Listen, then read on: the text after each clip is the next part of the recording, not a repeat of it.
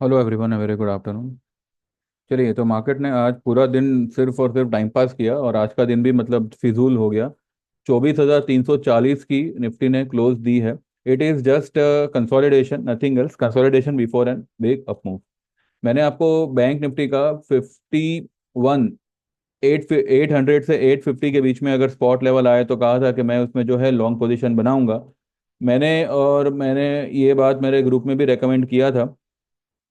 ये यहाँ पर हमने नवंबर का तो पोजीशन लिया ही लिया है, मैंने तो लिया है, एक लॉट लिया हुआ है 52,500 का। इसके साथ मैंने मेरे ग्रुप में 5200 का आज की एक्सपायरी का कॉल लेने का सजेशन दिया था। आइए एक बार चेक करते हैं मैंने मेरे ग्रुप में क्या क्या दिया हुआ है। हाँ, ठीक है। ये कल का है, कल मैंने ये शेयर नहीं किया था, ये मैं आज आगे से भी शेयर नहीं करूंगा।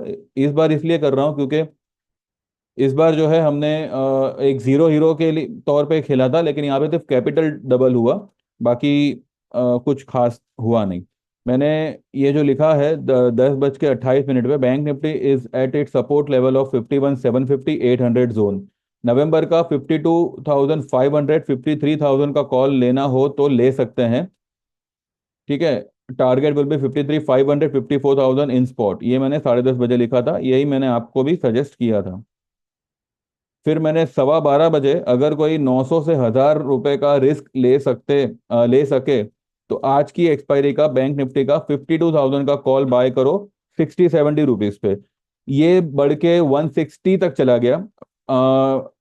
मेरे कुछ क्लाइंट्स ने जो है 75 पे बाय करके 152 या 142 या 52, 152 के आसपास उन्होंने जो है इंट्राडे बुक किया हुआ था। उसके बाद भले वो जीरो हो जावे, क्योंकि इसका अंदाजा ये था मेरा कि इसके ये जो कॉल है वो हम देखेंगे, उसका हाई लो वगैरह देखेंगे। तो फिलहाल आप ये देख लो, ये जीरो होने के चांसेस है, ये मैंने ऑलरेडी लिखा हुआ था।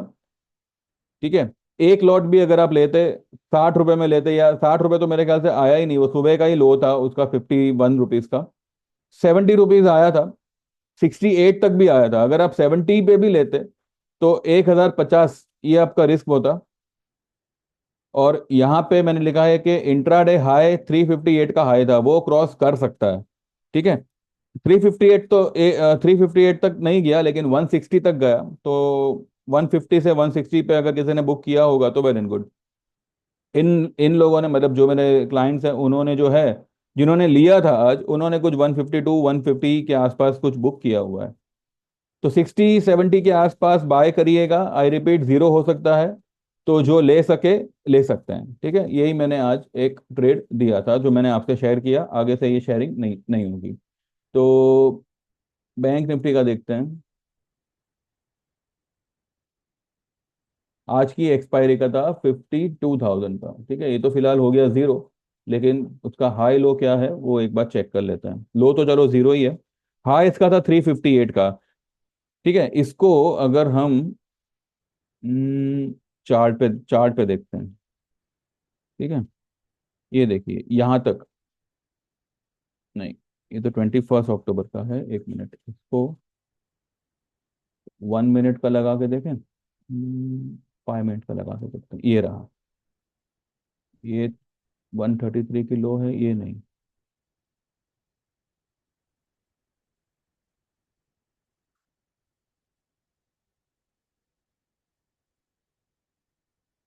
हम्म, ये रहा, ये जो 184 की जो हाई हाई लगाई है। ठीक है, हाई यहाँ पे 184 की लगी, लेकिन ये तो सुबह की 10:30 की है। एक मिनट, कहीं ना कहीं तो कुछ गड़बड़ हो रहा है। एक मिनट, टाइम स्पेन का कुछ तो प्रॉब्लम हो रहा है।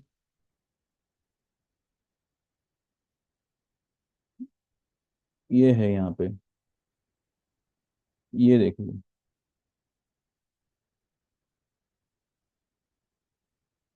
162 150 के आसपास बुक करने के बाद में जो है ये 299 तक चला गया, लेकिन सिर्फ 299 तक ही गया है। ये देखिए 30 अक्टूबर, यहाँ पे लिखा हुआ है 13:06 यानी कि 2:06। नहीं, एक ना 13 1:06। ठीक है।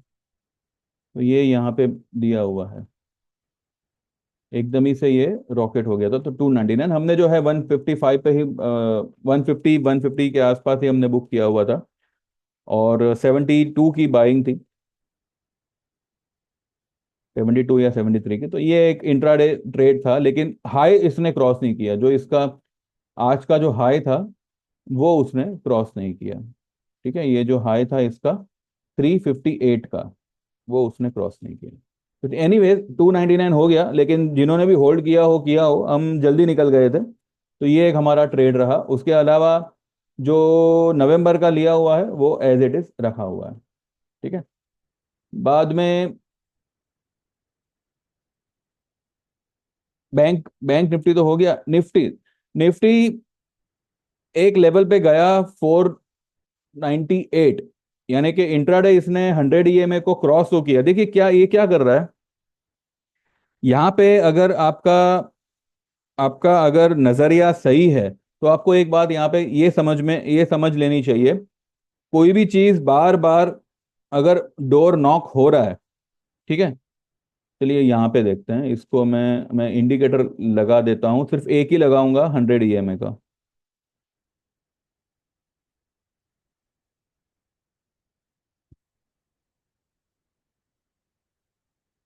कहाँ गया?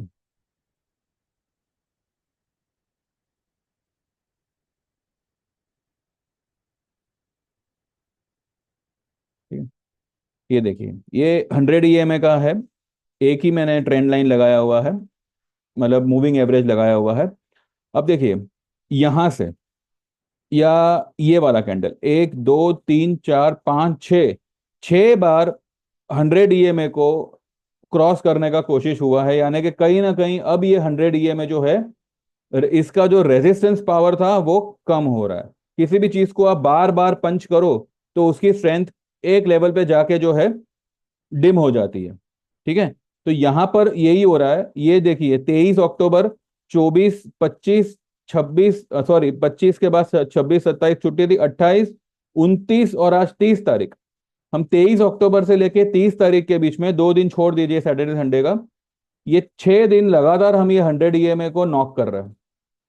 भले हम उसके ऊपर क्लोज नहीं कर पा रहे, कल ये 100 EMA को क्रॉस कर देगा और क्लोज भी करेगा। और बहुत ही कड़क वाला कल आप शॉर्ट कवरिंग के लिए तैयार रहिएगा, जो आपको हो सकता है 10 EMA को भी क्रॉस करवा दे। ये जो है इसका 10 EMA, 10 EMA को वैसे आज इसने टच किया है। क्या आ रहा है 517। ठीक है, जरा सा रह गया, ये 517 है और ये 498 तक गया। तो कहीं ना कहीं 10 EMA का भी इसको यहाँ पे रेजिस्टेंस मिला है। लेकिन अब 100 EMA जो है इसका रेजिस्टेंस स्ट्रेंथ जो है वो अब यहाँ पे वीक होने लगा है या फिर हो चुका है। कल अगर ये 100 EMA की तरफ जाता है, जो अभी यहाँ से कुछ 140 130 पॉइंट दूर है, हाँ 130 पॉइंट दूर है, तो कल यकीन करिए ये अपने 10 EMA को भी क्रॉस कर देगा। इसका 50 EMA, अपना 20 EMA कहाँ पर है, ये एक बार देख देख लेते हैं।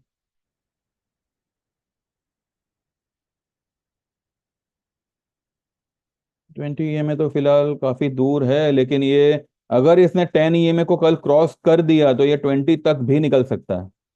तो जैसे मैंने आपको कल के वीडियो में कहा था कि आज और थर्सडे को मिला के एक बड़ी रैली मैं एक्सपेक्ट कर रहा हूँ। आज तो चलो ठीक है 126 पॉइंट नेगेटिव बंद हुआ, लेकिन ये कल ये लेवल से, ये जो 126 पॉइंट का जो नेगेटिव, आधा टका जो नेगेटिव बंद हुआ है, कल हो सकता है ये 1.5 से 2% ऊपर बंद करे। ठीक है, कल एक बड़ी वाली रैली एक्सपेक्ट हो सकती है, क्योंकि देखिए क्या है कि शुरू ऑफ द मंथ, मंथ की शुरुआत से ही जो है निफ्टी में लगातार आप सेलिंग देख रहे हो। ये एक एक तारीख है, 1 तारीख से ही जो है मार्केट लगातार नीचे की तरफ ही आ रहा है। ठीक है, तो कहीं ना कहीं जो भी यहाँ पे सेलर्स है, जिनको ये उम्मीद है कि अभी भी मार्केट जो है सेल ऑन राइज है और शायद नीचे जाएगा, वो अपनी पोजीशन को कल स्क्वेयर ऑफ करेंगे, वो अपनी पोजीशन को कल वाइंड अप करेंगे, जो भी शॉर्ट पोजीशन है। और मुझे लगता है कि जैसे ही ये अपने 10 अपने सॉरी 100 EMA के ऊपर सस्टेन हो गया, 10 EMA के ऊपर सस्टेन हो गया, एक जबरदस्त आपको शॉर्ट कवरिंग दिखेगी, जो निफ्टी को हो सकता है कि अपने 20 EMA तक टच करा दे। देखिए ये मैं सिर्फ मानता हूं ऐसा कि ऐसा होना चाहिए। और अब क्योंकि ये बार बार यहाँ पे नॉक कर रहा है, तो कल क्योंकि एक्सपायरी है, और बहुत बड़ी वाली एक्सपायरी कल है, क्योंकि कल थर्सडे भी है, last day of the month भी है, और last expiry of the month भी है। ठीक है। और फिर परसों से तो नया मंथ बैठेगा, छुट्टी है, तो कल एक बहुत बड़ा वाला दिन रहना चाहिए, एक बड़ा वाला ग्रीन कैंडल वाला दिन रहना चाहिए, ये मैं मानता हूँ। अब देखते हैं कैसे क्या होता है। कल मुझे लगता है कि ये 100, 10 और 20 के दर्शन करवा देगा, उसको शायद क्रॉस भी करवा देगा। 100 और 10 तो हम कल क्रॉस कर ही लेंगे, 20 भी मुझे लगता है कि कल ही क्रॉस हो जाना चाहिए। ठीक है, आपको लगेगा कि मैं मतलब बड़ी बात कर रहा हूं, लेकिन देखिए मार्केट है, पॉसिबिलिटी तो बहुत है। ठीक है, markets are full of possibilities. तो यहाँ पे किसी भी चीज को आप नकार नहीं सकते। ठीक है।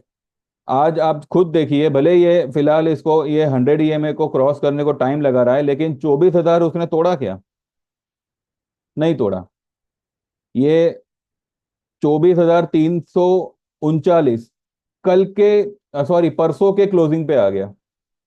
कल का इसने जो है तेजी मारा, नहीं हो पाया, वापस नीचे आया, लेकिन कल की जो ओपनिंग है उससे तो नीचे नहीं क्लोज हुआ। और मैंने आपको सुबह में भी कहा था कि 312 इज अ लेवल जहां पे आप निफ्टी में अगर लॉन्ग होना चाहो तो हो सकते हो। ये मैंने कल के हाई और लो का मिड पॉइंट निकाला था।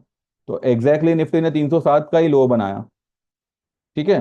तो कल मुझे लगता है कि 100 EMA और 10 EMA जो है मार्केट क्रॉस करना चाहिए, और हो सकता है कि 20 EMA तक भी मार्केट कल निकल जावे।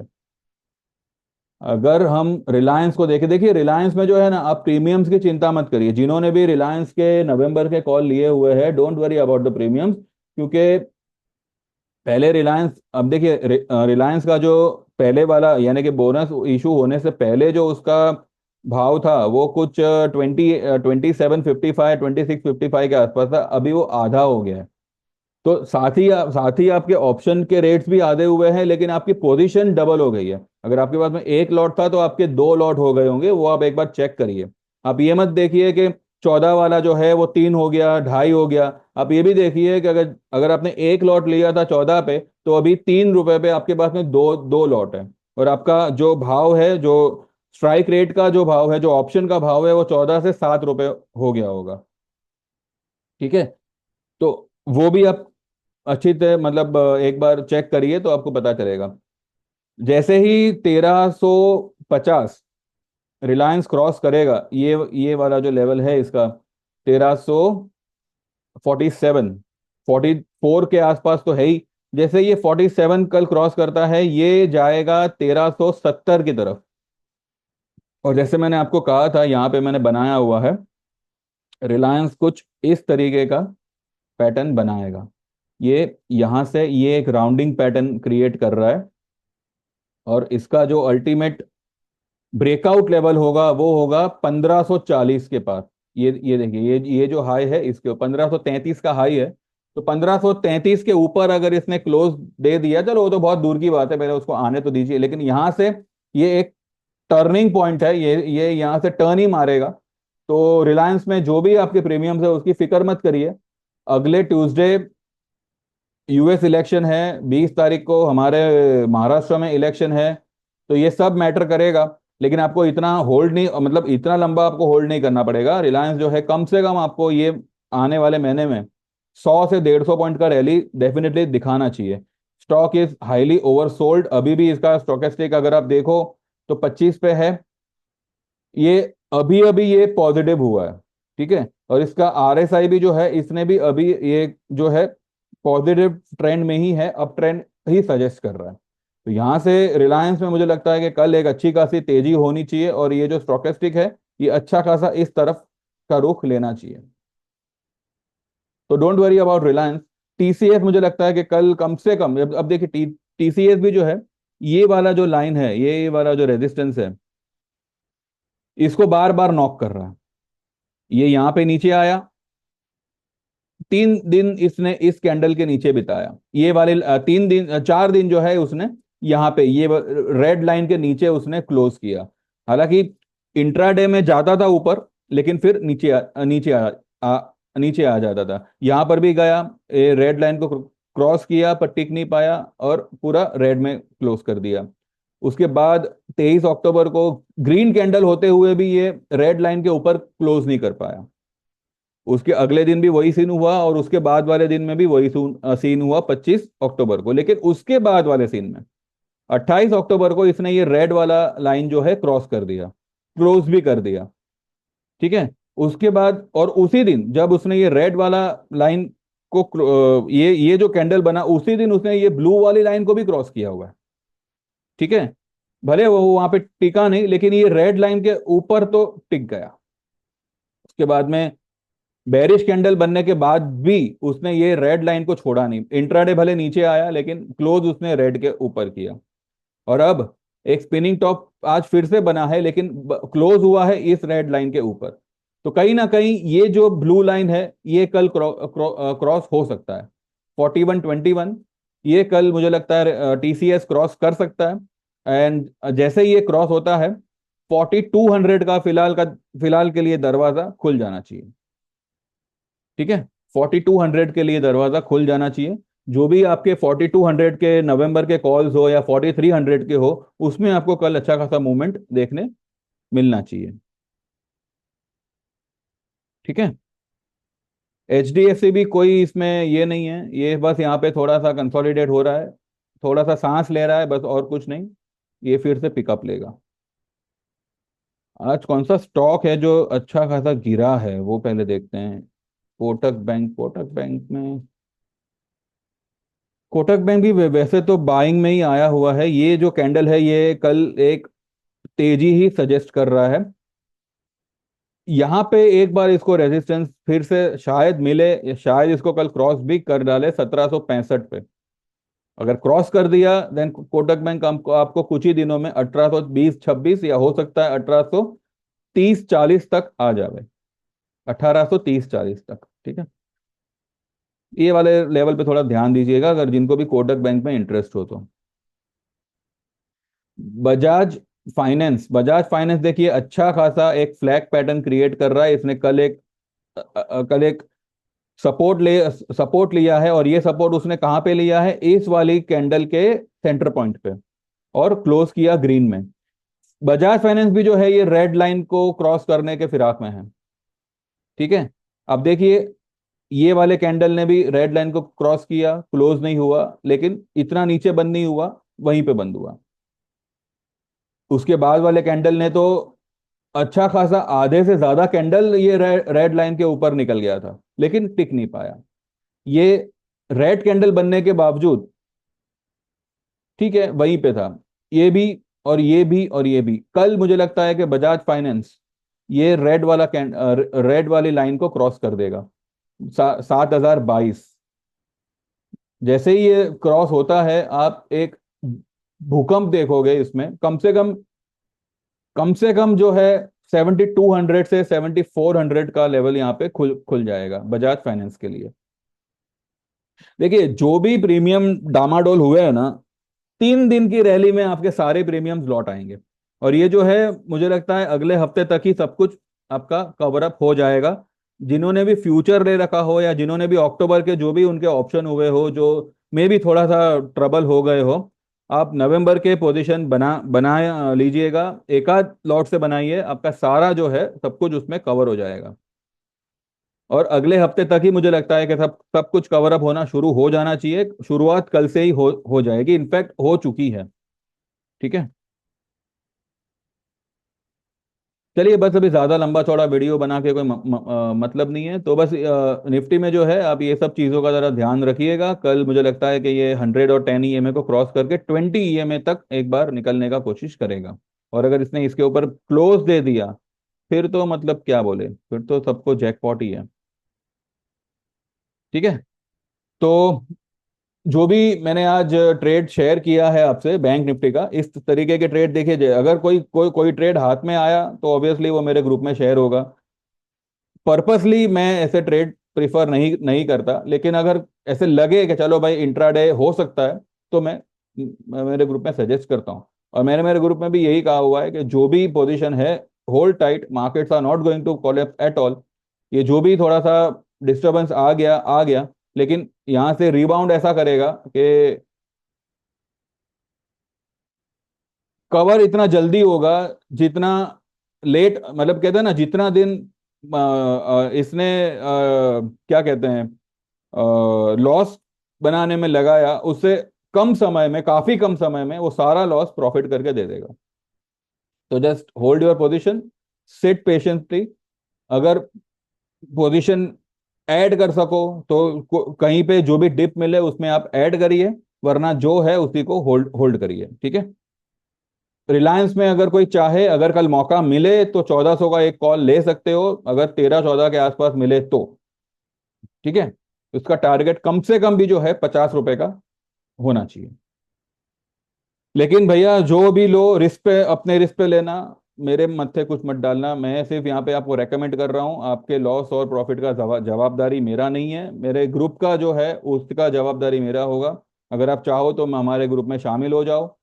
12,000 रुपये, सॉरी फिलहाल 10,000 रुपये हैं अप टिल 15 नवंबर। उसके बाद जो है ईयरली का 12,000 होगा, और जो 3 साल का है वो 18,000 में ही है, अभी भी और बाद में भी, ठीक है। तो जो लोग भी ज्वाइन करना चाहे 9082503553 पे व्हाट्सएप करिएगा, आपका नाम, आप कहाँ से है, एंड आपको ईयरली ज्वाइन करना है या 3 साल का ज्वाइन करना है वो मेंशन करिएगा। सेम नंबर पे गूगल पे है, जैसे आप पेमेंट ट्रांसफर करोगे आप एनरोल हो जाओगे, नेक्स्ट ट्रेडिंग डे से आपको ट्रेड्स आना शुरू हो जाएगा, ठीक है। चलिए then, thank you very much, bye bye, take care and see you tomorrow.